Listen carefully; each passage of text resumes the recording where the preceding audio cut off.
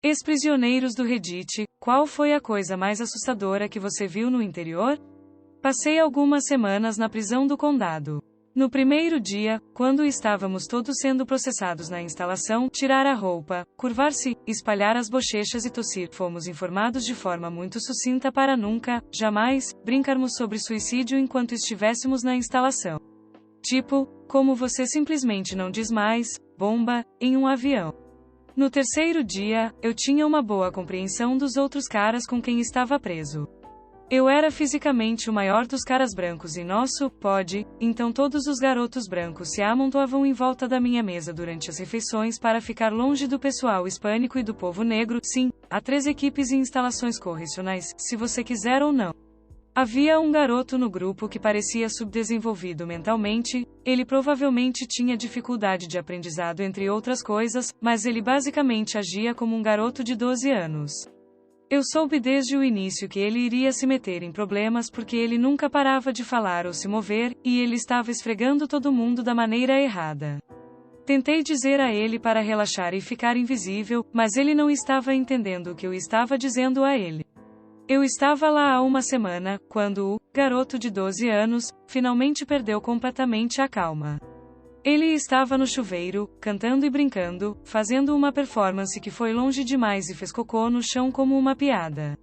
Depois que os outros caras no chuveiro pegaram suas toalhas e correram, ele começou a chutar o cocô por todas as paredes e para os outros chuveiros. Eu não tomei banho pelo resto da minha estadia, verdade seja dita.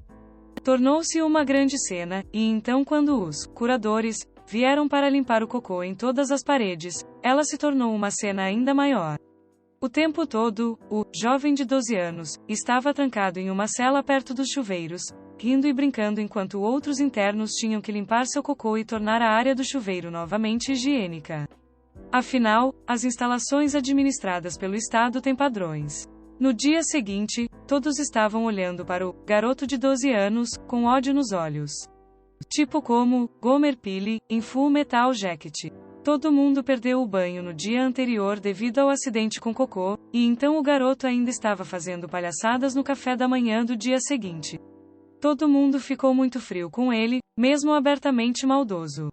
Vou admitir, comecei a ignorá-lo completamente depois do cocô. Demorou 1 ou 2 dias para perceber que era odiado por todos, e então sua personalidade mudou drasticamente. Ele ficou triste, desanimado e começou a falar com o COS porque os outros presos não falavam mais com ele. Ele fodeu tudo e disse ao COS que ele deveria apenas se machucar e fazer todo mundo feliz, e isso foi tudo que precisou. Eles arrastaram o burrito azul. Esta é a coisa mais assustadora que eu já vi na prisão. O Blue Burrito era um tapete de espuma azul de 3 metros de comprimento, como você usaria na aula de ginástica com 2 cintos vermelhos de 3 metros de comprimento presos. Eles o colocaram no chão, forçaram o garoto de 12 anos a se deitar no tapete e então o enrolaram com os braços ao lado do corpo dentro do burrito azul. Os 2 cintos vermelhos longos presos juntos na parte superior e inferior do burrito mantendo bem apertado. Este era o protocolo do suicídio na prisão. Sem aconselhamento, sem enfermaria médica. Você perde a capacidade de se mover. Puseram aquele pobre coitado no burrito por volta das 20 horas, arrastaram-no para sua cela e deixaram-no caído no chão, bem embrulhado, até o café da manhã seguinte. Por volta das 8 horas, os molestadores de crianças e membros de gangue sob custódia protetora comecem a tomar o café da manhã primeiro. Imagine ser incapaz de se mover, quase incapaz de respirar, sem um fim à vista por 12 horas no chão de sua cela 8x8. Minha cela estava acima da dele, e eu o ouvi chorando e gemendo de agonia a noite toda. Ele não disse uma palavra a ninguém, nem olhou nos olhos de ninguém pelo resto do tempo que estive lá. Uma noite no burrito azul quebrou ele. Não eu, mas meu marido estava na prisão quando era um jovem adulto. Ele disse que eles tinham uma maneira de checar seu ego no lugar em que ele estava. Os caras mais durões viriam até você no primeiro dia e perguntariam quantas flexões você poderia fazer. Se você fosse inteligente, simplesmente ignoraria ou riria e seguiria em frente. Se você fosse um estúpido exibicionista ou tivesse algo a provar, reivindicaria um grande número ou se gabaria. Se você fizesse isso, eles seriam todos amigáveis e diriam, ó, vamos ver. Então, o coitado faria quantas flexões pudesse. Os caras durões enchiam de gás o novo cara, agindo de maneira amigável, pressionando-o a fazer mais. Eles agiram impressionados e brincaram. Então, assim que o cara novo fizesse tantas flexões quanto possível, eles pulariam nele e bateriam nele. Ele ficaria impotente para resistir porque havia se esgotado nas flexões. Depois disso, qualquer cara com um ego normalmente ficava muito quieto pelo resto de sua estadia. Fiz alguns anos quando era jovem e burro. A merda mais maluca que vi foi na prisão do condado e não na prisão estadual. A prisão do condado ficava bem na fronteira do Texas com o México, então havia muitos hispânicos. O estranho era que os hispânicos nascidos na América e os mexicanos do México se odiavam totalmente. Eu vi um hispânico do Texas aquecer uma tigela de água até ferver no micro-ondas. Tínhamos micro-ondas no tanque, e então ele começou a jogar a água fervente do rosto do México em um mexicano e, em seguida, espancou essa merda sempre amorosa dele. Os gritos dos caras vão me assombrar para sempre.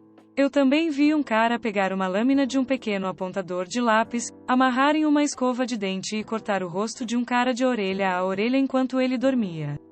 O cara sobreviveu, mas parecia a porra de uma cena de crime. Onde eu estava, as torres de guarda estavam armadas com uma variedade de armas de fogo nada letais. Uma luta começou na passagem aberta, a passagem principal entre as unidades. Você ouve a sirene e tem cerca de 10 segundos para sentar em sua bunda e cobrir sua cabeça para se proteger do excesso de pulverização de OC. Caso contrário, os guardas começam a atirar espingardas carregadas com bolas de borracha para você. Um dos guardas acertou um dos caras que lutava diretamente no saco com uma bola de borracha. Ele virou a frente de sua calça jeans quando eles o levaram para a enfermaria.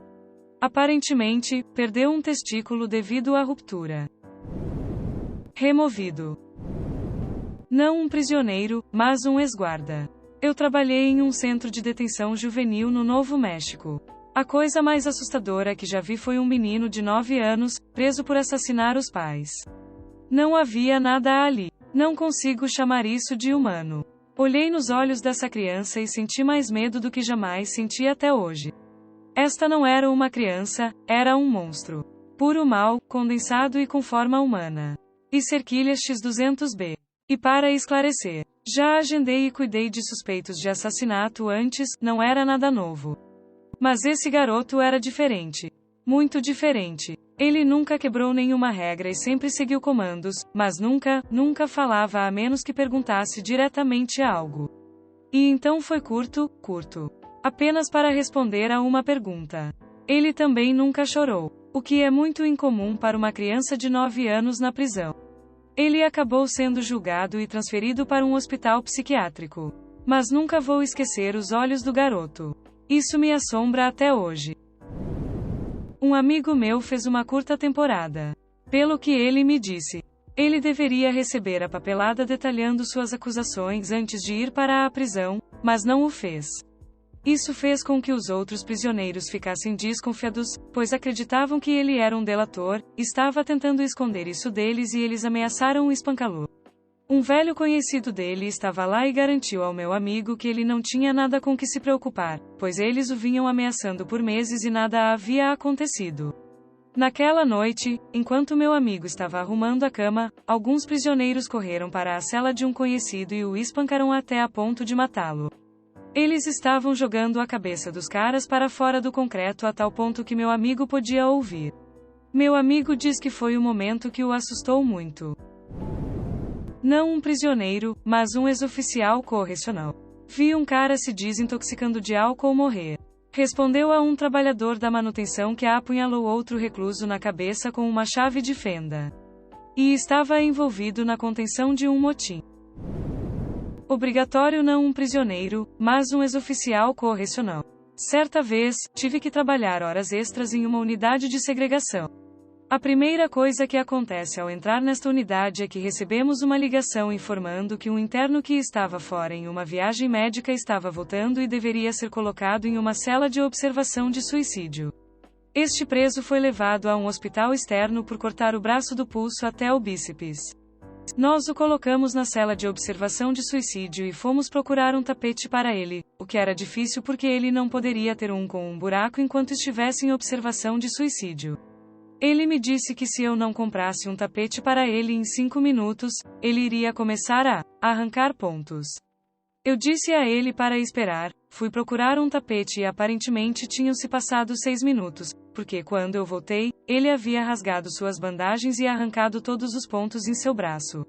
O sangue estava espalhado por todo o lugar, podíamos ver facilmente o músculo e a gordura em seu braço. Ele concordou em algemar e voltou alegremente para o hospital externo. Mais tarde, descobri que ele só tinha feito isso inicialmente porque queria sair da prisão por um tempo. Esse fato sozinho me bagunçou. Oficial da prisão aqui. Se algum dos ex-presidiários estiver lendo isso, pode rir disso.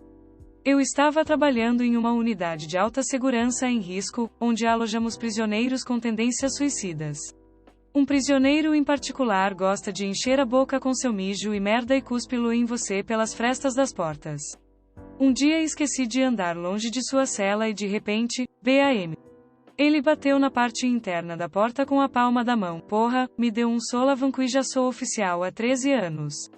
Quando me virei para seu celular, gritei o mais alto que pude, ele se assustou e engoliu quase tudo que tinha na boca.